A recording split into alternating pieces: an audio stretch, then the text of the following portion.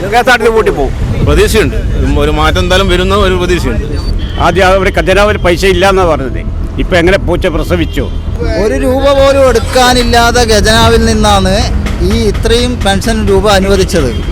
അപ്പോൾ അതെങ്ങനെയാണ് വന്നത്? ഈ പൂച്ച പറ്റി കിടക്കുന്ന ഖജനാവ് എന്ന് പറഞ്ഞിട്ട് ഒരു മുഖ്യമന്ത്രിയല്ലേ പറയുന്നത്. അയാൾക്ക് സാമാന്യം ബോധമുണ്ട് അങ്ങനെ സംസാരിക്കാൻ? ഇപ്പോൾ UDF സർക്കാർ അധികാരത്തിൽ വന്നിട്ടുള്ളത് ഇന്ദിരാഗാന്ധി പോലുള്ള ഒരുപാട് പ്രഖ്യാപനങ്ങളൂടെയാണ്. അപ്പോൾ ഈ പ്രഖ്യാപനങ്ങളെല്ലാം പ്രാബല്യത്തിൽ വരാൻ സാധിച്ചാൽ ചിലപ്പോൾ നല്ലൊരു മന്ത്രിസഭയായിട്ട് ഇത് മാറാൻ സാധ്യതയുണ്ട്. ഒരുപാട് പ്രതീക്ഷിക്കാം, ഒരുപാട്. എന്ന് വെച്ചാൽ അയാൾ കുറച്ചും കൂടി എന്തുണ്ടെന്ന് വെച്ചാൽ നല്ല വിദ്യാഭ്യാസ യോഗ്യതയുള്ള ഒരാളാണ്. ഇതിൽ പിണറായി ചെയ്തതിനേക്കാൾ കൂടുതലായിട്ട് ചെയ്യുമെന്നുള്ളത് ചെയ്യാൻ അവർക്കൊണ്ട് നടക്കില്ലെന്ന് തന്നെയാണ് ഞാൻ പറയുന്നത്, എൻ്റെ അഭിപ്രായം. സംസ്ഥാനത്ത് പുതിയ മന്ത്രിസഭ അധികാരമേറ്റ് പ്രവർത്തനം ആരംഭിച്ചതോടെ രാഷ്ട്രീയ കേരളം വീണ്ടും ചർച്ചകളിലേക്ക് കടക്കുകയാണ്. മുഖ്യമന്ത്രി VD സതീശൻ നയിക്കുന്ന മന്ത്രിസഭയിൽ വിവിധ വകുപ്പുകൾ കൈകാര്യം ചെയ്യാൻ നിരവധി പ്രമുഖ നേതാക്കളാണ് ചുമതലയേറ്റിരിക്കുന്നത്. ധനം, ആരോഗ്യം, വിദ്യാഭ്യാസം, പൊതുമരാമത്ത്, തദ്ദേശ സ്വയംഭരണം, ഗതാഗതം തുടങ്ങി പ്രധാന വകുപ്പുകളുടെ മന്ത്രിമാർ ചുമതലയേറ്റതോടെ ജനങ്ങൾക്കും പുതിയ പ്രതീക്ഷകളാണ് ഉയരുന്നത്. അതേസമയം പുതിയ മന്ത്രിസഭ ജനങ്ങളുടെ പ്രശ്നങ്ങൾ പരിഹരിക്കുമോ? വിലകയറ്റം കുറയുമോ? റോഡ് വികസനം, അടിസ്ഥാന സൗകര്യങ്ങളും വേഗത്തിലാകുമോ? എന്നിങ്ങനെ നിരവധി ചോദ്യങ്ങളും ജനങ്ങൾക്കിടയിൽ ഉയരുന്നുണ്ട്. പുതിയ മന്ത്രിമാരുടെ പ്രവർത്തന ശൈലിയെയും ആദ്യ തീരുമാനങ്ങളെയും അടിസ്ഥാനമാക്കി അനുകൂലവും പ്രതികൂലവുമായ ജനങ്ങളുടെ അഭിപ്രായങ്ങൾ ഇപ്പോൾ ശക്തമായി ഉയരുന്ന സാഹചര്യമാണ്. മുഖ്യമന്ത്രി VD സതീശനടക്കമുള്ള മന്ത്രിസഭയിലെ പ്രധാന അംഗങ്ങളുടെ പ്രവർത്തനത്തെക്കുറിച്ച് നാട്ടുകാരുടെ പ്രതികരണം തേടി ഒരു സമഗ്ര റിപ്പോർട്ട് തയ്യാറാക്കാനാണ് ഇപ്പോൾ മാധ്യമങ്ങളും രാഷ്ട്രീയ കേന്ദ്രങ്ങളും ശ്രദ്ധ കേന്ദ്രീകരിക്കുന്നത്. എന്തായാലും ജനങ്ങളുടെ ഒരു അഭിപ്രായം അറിയേണ്ടതുണ്ട്. പുതിയ മന്ത്രിസഭ രൂപീകരിച്ചതിനെ തുടർന്ന് എന്താണ് ജനങ്ങളുടെ അഭിപ്രായം? ജനങ്ങൾ പ്രതീക്ഷിക്കുന്നുണ്ടോ? ആ പ്രതീക്ഷയ്ക്ക് ഒത്ത് ഈ സർക്കാർ മുന്നോട്ട് പോകുമോ എന്ന് ജനങ്ങളോട് തന്നെ ചോദിക്കേണ്ടത്. എന്തായാലും ജനങ്ങളുടെ അഭിപ്രായത്തിലേക്ക് വേഗത്തിൽ പോയി വരാം. സാധാരണക്കാരനെല്ലാം കണക്കന്നെ, എങ്ങനെയല്ല എന്നുള്ളത് കണ്ടറിയാം.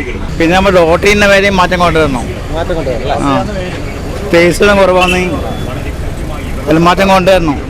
ഇതുപോലെ മുന്നോട്ട് പോയി കഴിഞ്ഞാൽ എല്ലാം നഷ്ടത്തിലാണ് പോകുന്നത്. ടോട്ടലെല്ലാം ബാക്കിയായിട്ടും ടിക്കറ്റ് വളരെ ബാക്കിയല്ല, സ്പേസ് കുറവ്, ടിക്കറ്റ് ബാക്കി, വളരെ മോശം ഇതില്ലാന്ന് പോകുന്നു. മാറ്റം വന്നാൽ നല്ലത്. ഇപ്പോഴത്തെ പുതിയ ഗവൺമെൻറ് കഴിഞ്ഞ 10 വർഷത്തെ തുടർ ഭരണത്തിൽ ജനങ്ങൾക്കുണ്ടായ പ്രയാസങ്ങൾ, താഴെ ഘടകത്തിൽ കിടക്കുന്ന ജനങ്ങൾക്കുണ്ടായ പ്രയാസങ്ങൾ ജനങ്ങൾ മനസ്സിൽ കണക്ക് കൂട്ടിക്കൊണ്ടാണ് ഇപ്പോഴത്തെ പുതിയ ഗവൺമെൻറ് അധികാരത്തിൽ കൊണ്ടുവച്ചാൽ സാധാരണക്കാരനിൽ നിന്ന് സാധാരണക്കാരനായ ജനങ്ങൾക്ക് ഒരുപാട് പ്രയാസങ്ങൾ ഉണ്ടായിട്ടുണ്ട്. ആ പ്രയാസങ്ങളും ഒന്ന് തരണം ചെയ്ത് ജീവിക്കണമെന്നുള്ള ആഗ്രഹത്താലാണ് അത് ഈ ഗവൺമെൻറ്റിനെ കൊണ്ടുവരാനുണ്ടായ. അത് ഭരിക്കുന്ന ഗവൺമെൻറ്റിൻ്റെ കൂടെ സപ്പോർട്ട് ചെയ്യുന്ന ആൾക്കാരും കൂടി ആ ഗവൺമെൻറ് മാറണമെന്ന് ആഗ്രഹിച്ചിട്ടാണ് ഈ ഗവൺമെൻറ്റിനെ കൊണ്ടുവന്നത്. അതുപോലെ ഇപ്പം വന്ന ഗവൺമെൻറ് നല്ല ആശ്വാസകരമായ ഒരു മെസ്സേജാണ് നമുക്ക് കിട്ടിക്കൊണ്ടിരിക്കുന്നത്. ഇപ്പോൾ പൊതുജനങ്ങൾക്ക് ഉണ്ടാകുന്ന ഒരുപാട് വിഷയങ്ങളുണ്ട്, സാധാരണക്കാരനുണ്ടാകുന്ന ഒരുപാട് വിഷയങ്ങൾ അത് ജനങ്ങൾക്ക് കിട്ടുമെന്നുള്ള ഉറപ്പുള്ള ഒരു മുഖ്യമന്ത്രിയാണ് ഇപ്പോൾ അധികാരത്തിൽ വന്നിട്ട് കാണുന്നത്. ഇനി അങ്ങോട്ട് അത് തുടർന്ന് പോകുമെന്ന് പ്രതീക്ഷ ഞങ്ങൾക്കുണ്ട്. തുടക്കം തന്നെ അയാൾ കുഴപ്പമില്ലാത്ത രൂപത്തിൽ ഇപ്പോൾ കെയിൽ റെയിൽ പദ്ധതിൻ്റെ ഈ സ്ഥലമെടുപ്പുമായി ബന്ധപ്പെട്ട വിഷയം അന്നുണ്ടായിരുന്നു.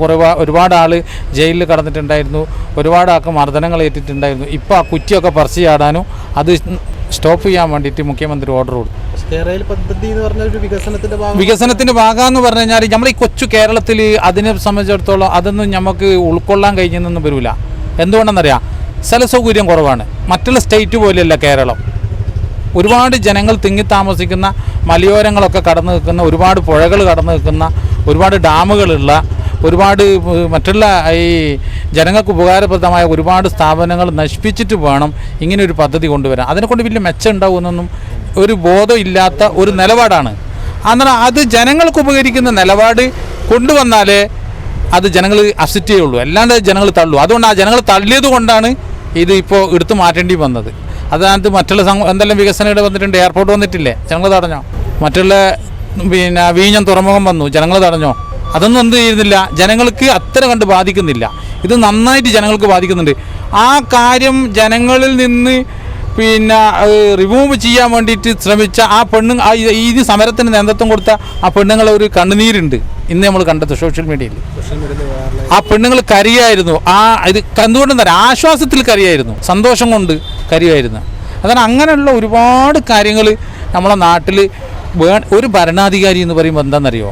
ഒരു ഭരണാധികാരിയെ സംബന്ധിച്ചിടത്തോളം അത് വീടായാലും അത് നമ്മളെ പാർലമെൻ്റ് ആയാലും നിയമസഭയായാലും പൊതുജനങ്ങൾക്ക് ആഗ്രഹങ്ങൾ പലതും ഉണ്ട്. ഈ ആഗ്രഹങ്ങൾക്ക് ഒരു 100% ഒരു 50% ഗുണമാണെന്നുണ്ടെങ്കിൽ അത് ആശ്വാസം തന്നെയല്ലേ.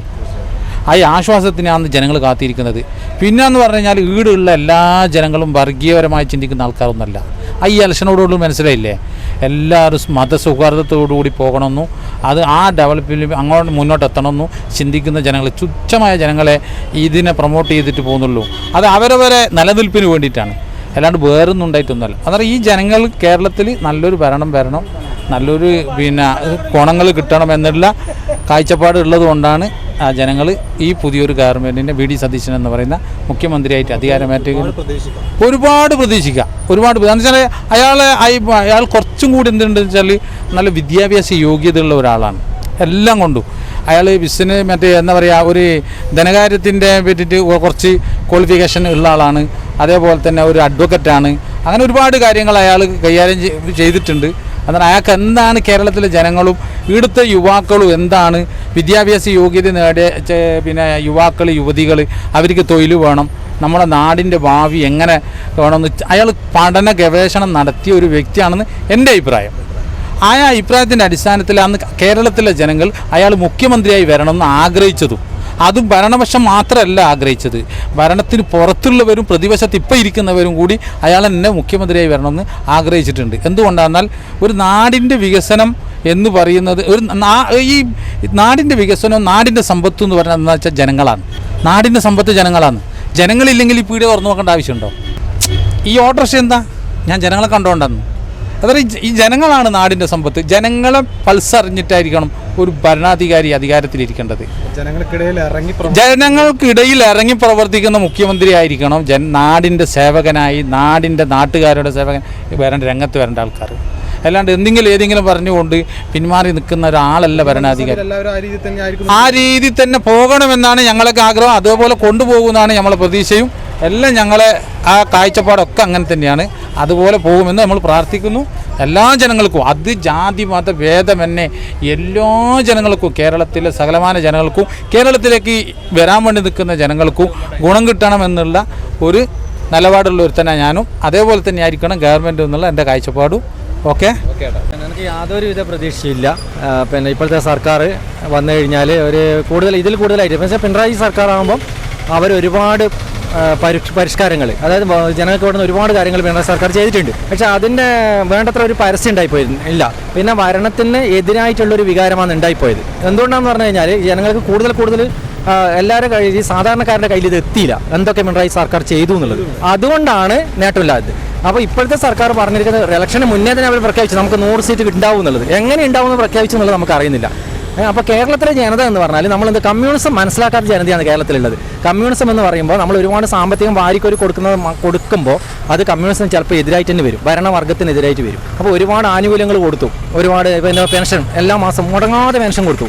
അപ്പോൾ ബാക്കി ഒരു ഹോസ്പിറ്റലുകളിലും അന്നുണ്ടായിരുന്ന സൗകര്യത്തേക്കാൾ ഒരുപാട് സൗകര്യ വർധനമാണ് ഹോസ്പിറ്റലിൽ ഉണ്ടായിട്ടുള്ളത്. എല്ലാ ഹോസ്പിറ്റലിൽ ഇപ്പം പോയി കഴിഞ്ഞാൽ ഡോക്ടറില്ലാണ്ടോ അല്ലെങ്കിൽ മരുന്നില്ലാണ്ടോ ഇല്ലെങ്കിൽ സൗകര്യങ്ങളില്ലാതെ ഒരു ഹോസ്പിറ്റൽ പോലും ഇല്ല.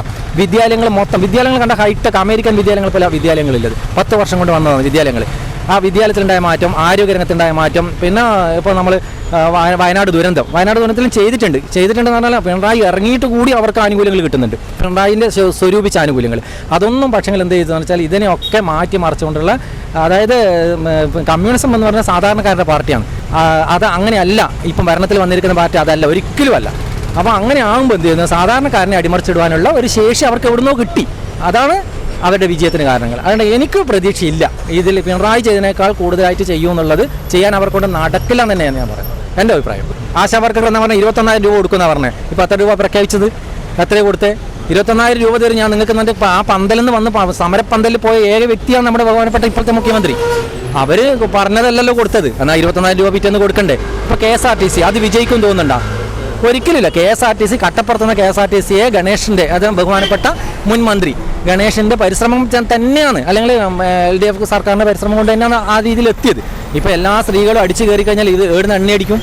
അതൊരു മുൻധാരണയില്ലാതെ പ്രഖ്യാപനമല്ലേ. അത് തമിഴ്നാട്ടിൽ കൊടുത്തിട്ടില്ലെന്ന്. അത് തമിഴ്നാട്ടിൽ കൊടുത്തിട്ടുണ്ട്, ഇല്ലയെന്ന് പറഞ്ഞില്ല. തമിഴ്നാട്ടിൻ്റെ സ്ഥിതി അല്ല കേരളത്തിലുള്ള സ്ഥിതി. കഴിഞ്ഞതെല്ലാം അവിടെ നിർത്തിയിട്ട് അടുത്ത പുതിയത് വേറെ ഇടുന്നോ തുടങ്ങും. അപ്പോൾ ഇത് മൊത്തം കേൾക്കേണ്ടത് നമ്മളാണ്.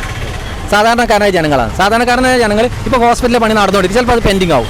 പാലത്തിൻ്റെ പണി നടക്കുന്നത് അത് പെൻഡിങ് ആവും. ഇതൊക്കെ ഇന്നലെ തന്നെ ഇന്ന് ഒന്ന് നിർത്തലാക്കി. അത് എന്തുകൊണ്ട് നിർത്തി? കഴിഞ്ഞ സർക്കാർ പിന്നെ ഉമ്മൻചാണ്ടി സർക്കാരായിരുന്നു നമ്മുടെ നാഷണൽ ഹൈവേൻ്റെത്. സ്ഥലമെടുപ്പ് നടത്തിയില്ല നാഷണൽ ഹൈവേക്ക് വേണ്ടിയിട്ടുള്ളത്. അത് പിണറായിൻ്റെ ചങ്കൂറ്റം തന്നെയാണ് വന്നത്. നാഷണൽ ഹൈവേ വന്നത് ചങ്കൂറ്റം തന്നെയാണ്. എത്ര വർഷം മുന്നേ 36 വർഷം മുന്നേ പ്രഖ്യാപിച്ച് തന്നത് കേരളത്തിൽ നാഷണൽ ഹൈവേ വരാം. സ്ഥലമെടുത്തിൽ ആർക്കും കൊടുക്കാൻ കഴിഞ്ഞിട്ടില്ല. പിണറായിൻ്റെ ചങ്കൂറ്റം തന്നെയാണ്. പിണറായി ഉറച്ച സാക്ഷ്യത്തിൽ നിന്നുകൊണ്ട് തന്നെയാണ് പറ്റിയത്. അപ്പോൾ ഇപ്പം ഇന്നലെ എന്തിനാ ഒന്ന് നിർത്തലാക്കിയത്? കേരള റെയിൽവേ നിർത്തലാക്കി. പെട്ടെന്ന് ഒരാൾ ചെയ്തതിന് പെട്ടെന്ന് നിർത്തലാക്കി. വികസനം വരുമ്പം സാധാരണക്കാരന് ഒരുപാട് വിഷമങ്ങൾ ഉണ്ടാവും. ഒഴിഞ്ഞു പോകേണ്ടി വരും, വീടുകൾ നഷ്ടപ്പെടും, എല്ലാം ചെയ്യും. അത് പരിഹാരം നടത്തിയിട്ട് അതിന് എന്താവുന്നില്ല പഠിച്ചിട്ടില്ല. ഇന്നലെ ഭരണത്തിൽ കയറുകയും ഇന്ന് അതിനെ അടിമറിച്ചിടുകയാണ് ചെയ്തത്. അതിനെ ആലോചിച്ചില്ല. കയറുന്നതിന് മുമ്പേ ബഹുമാനപ്പെട്ട ഇപ്പോഴത്തെ മുഖ്യമന്ത്രി പറഞ്ഞു, ഞാൻ പഠിച്ചതിന് ശേഷം മാത്രമേ LDF സർക്കാർ ചെയ്തതിനെ മാറ്റൂ എന്ന് പറഞ്ഞു. പക്ഷേ ഇവിടെ എപ്പോൾ പഠിച്ചത്? 2 ദിവസം കൊണ്ടാണ് പഠിച്ചത്. അല്ല, ഒരിക്കലും അല്ല. എനിക്കങ്ങനെ പ്രതീക്ഷ തോന്നുന്നില്ല. ഇല്ല, പ്രതീക്ഷയില്ല. എനിക്ക് യാതൊരു പ്രതീക്ഷയില്ല. വര കയറ്റണം എന്ന് വെച്ചാൽ ക്ഷീര കർഷകർക്കെല്ലാം ഒരു സഹായം വേണം. കിട്ടണം അല്ലേ? പാലിൻ്റെ വിഷയം കഴിഞ്ഞ സർക്കാരിൻ്റെ സമയത്ത് ഉണ്ടായ സംഭവമാണ്.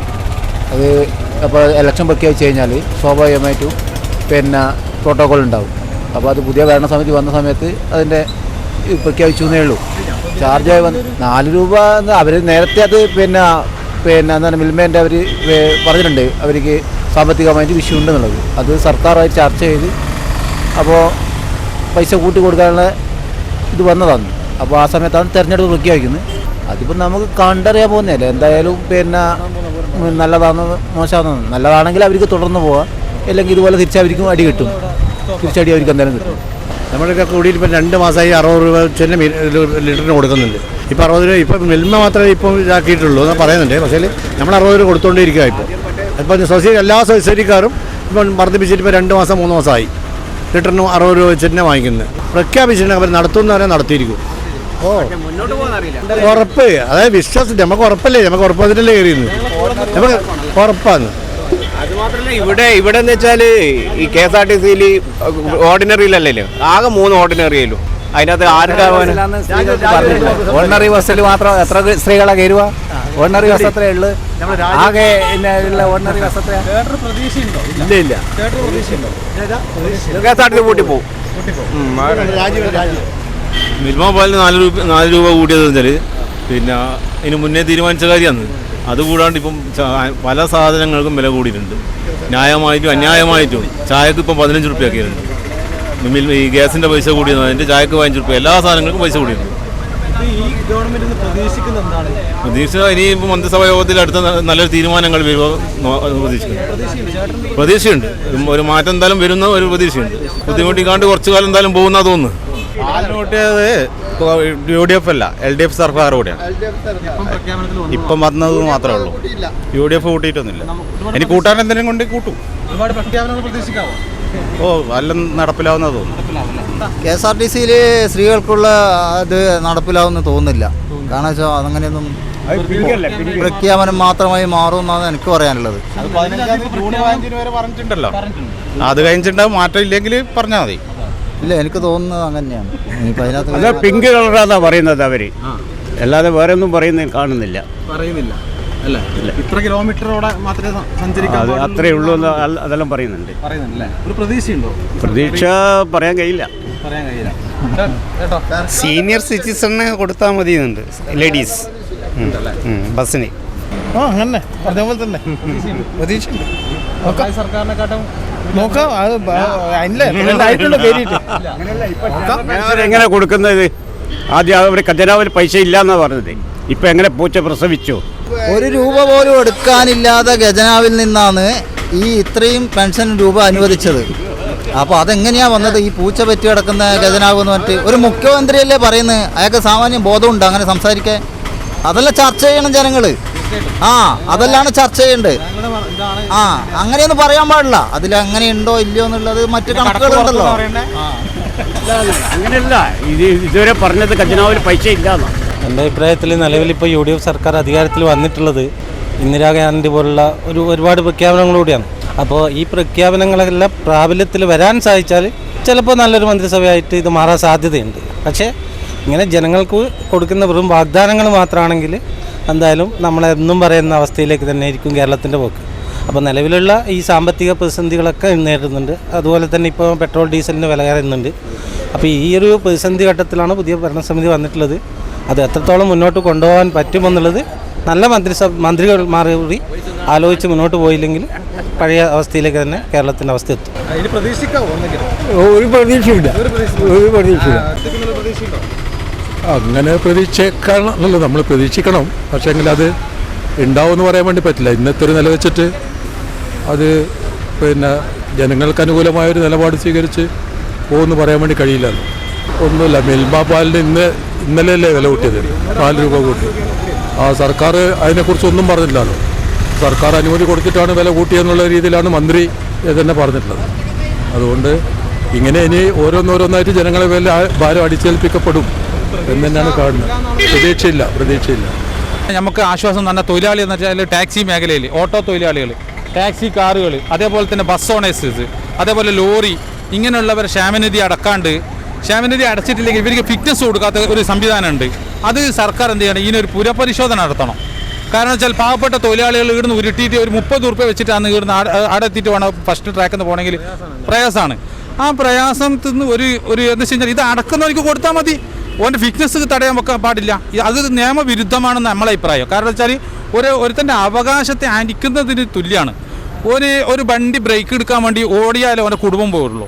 ഇത് കയറ്റി വെച്ചുകൊണ്ട് അവൻ്റെ കുടുംബം എന്താവില്ല, മുന്നോട്ട് കൊണ്ടുപോകാൻ കഴിയില്ല. അതാണ് ഫിറ്റ്നസ് കിട്ടണമെങ്കിൽ ക്ഷേമനിധി അടക്കണം എന്നുള്ള ദുർഭാഷി സർക്കാർ മാറ്റണം. ഈ വന്ന സർക്കാർ അത് മാറ്റിയാലേ ഈ തൊഴിലാളികൾക്ക് കുടുംബം പോറ്റാൻ കഴിയുള്ളൂ. ഈ കാണുന്ന ഇവിടെ വെച്ചിരിക്കുന്ന ടാക്സി തൊഴിലാളികൾ കണ്ട, ഇവരെല്ലാം ക്ഷേമനിധി കെട്ടണം. ക്ഷേമനിധി കെട്ടിക്കഴിഞ്ഞാൽ ഇവർക്ക് എന്ത് ചെയ്യുള്ളൂ, ഫിറ്റ്നസ് കൊടുക്കുള്ളൂ എന്ന് പറയുന്നുണ്ട്. എന്നാൽ മുതലാളിൻ്റെ ക്ഷേമം അടക്കണം, തൊഴിലാളിൻ്റെ അടക്കണം. അത് വിഷയമാണ്. എന്നാൽ അതിന് ഈ വരുന്ന ഗവൺമെൻറ്, ഇപ്പം വന്ന ഗവൺമെൻറ് നിലവിൽ അതിനൊരു ശാശ്വതമായ ഒരു പരിഹാരം അങ്ങനെ വെച്ച് കഴിഞ്ഞാൽ അടക്കുന്നവർക്ക് കൊടുത്താൽ മതി. അത് ഫിറ്റ്നസ് തടഞ്ഞു വെക്കണ്ട, ഫിറ്റ്നസ് കൊടുക്കണം. ഫിറ്റ്നസ് കൊടുത്തിട്ട് അവർക്ക് ഓടാനുള്ള സംവിധാനം ഉണ്ടാക്കണം. അത് ടാക്സ് ഇതെല്ലാം മേടിച്ചിട്ട് 15 കൊല്ലത്തെ ടാക്സ് ഓൾറെഡി അവിടെ മേടിച്ച് വെച്ചിട്ട് ക്ഷേമനിധി അടച്ചില്ലെങ്കിൽ ബ്രേക്ക് തരൂല എന്ന് പറയുന്നത് അത് ന്യായമായ ഒരു നിലപാടല്ല. അത് യോജിക്കാൻ പറ്റാത്തൊരു നിലപാടാണ്. അതാണ് ഇതിന് തൊഴിലാളികൾക്ക് അനുകൂലമായിട്ടുള്ള ഒരു നിയമം സർക്കാർ ഈ പ്രാവശ്യം കൊണ്ടുവരുമെന്ന് പ്രതീക്ഷിക്കുന്നു നമ്മൾ. എന്തായാലും കാരണം വെച്ചാൽ തൊഴിലാളി, ഈ ഓട്ടോറിക്ഷ തൊഴിലാളി എന്ന് പറഞ്ഞാൽ അങ്ങേയറ്റം ഇപ്പോഴത്തെ ഡീസൽ വില വർധനവ്, അതേപോലെ തന്നെ ഓരോ സാധനത്തിൻ്റെ വില വർധനവ്, ഇതെല്ലാം കൊണ്ട് ഈ കുടുംബത്തിനെ മുന്നോട്ട് കൊണ്ടുപോകണത് വലിയ പാടാണ് ഇപ്പോഴത്തെ സ്ഥിതി. സാമ്പത്തികപരമായിട്ട് പിന്നോക്കം നിൽക്കുന്ന ആൾക്കാരാണ് അധികം ഓട്ടോറിക്ഷക്കാരും. എന്താണ് അതും കൂടി അടിച്ചേൽപ്പിക്കുമ്പോൾ സാമ്പത്തികപരമായിട്ട് ബുദ്ധിമുട്ട് അവർക്ക് വല്ലാണ്ട് ഏശുന്നുണ്ട്. അതുകൊണ്ട് സർക്കാർ ഇടപെടും, പ്രതീക്ഷയുണ്ട്. ആ പ്രതീക്ഷ നമ്മളെപ്പോഴും മനസ്സിലിങ്ങനെ വിശ്വസിച്ച് നിൽക്കുകയാണ്. എപ്പോഴും ഈ സർക്കാർ എന്തെങ്കിലും നമുക്ക് അനുകൂലമായൊരു നിലപാട് സർക്കാർ കൊണ്ടുവരുന്നുള്ളൊരു നിലപാട് നമ്മൾ നിൽക്കുകയാണ്. പ്രതീക്ഷകളോടെയാണ് ജനങ്ങൾ പുതിയ മന്ത്രിസഭയെ കാണുന്നത്. വാഗ്ദാനങ്ങൾ പ്രവൃത്തിയാകുമോ എന്നതാണ് ഇനി കേരളം ഉറ്റുനോക്കുന്നത്. എന്തായാലും ജനങ്ങളുടെ അഭിപ്രായം ഇങ്ങനെയൊക്കെ തന്നെയാണ്. പ്രതികൂലിച്ചും അനുകൂലിച്ചും പറയുന്നവരുണ്ട്. ഇനി അങ്ങോട്ടേക്ക് ഏത് രീതിയിൽ പോകും എന്നതാണ് ഈ കേരളം ഉറ്റുനോക്കുന്നത്. ക്യാമറ പേഴ്സൺ ജിഷ്ണുവിനൊപ്പം അബ്ദുൾ ബ്ലാത്തൂർ, ഏജനറ്റ്.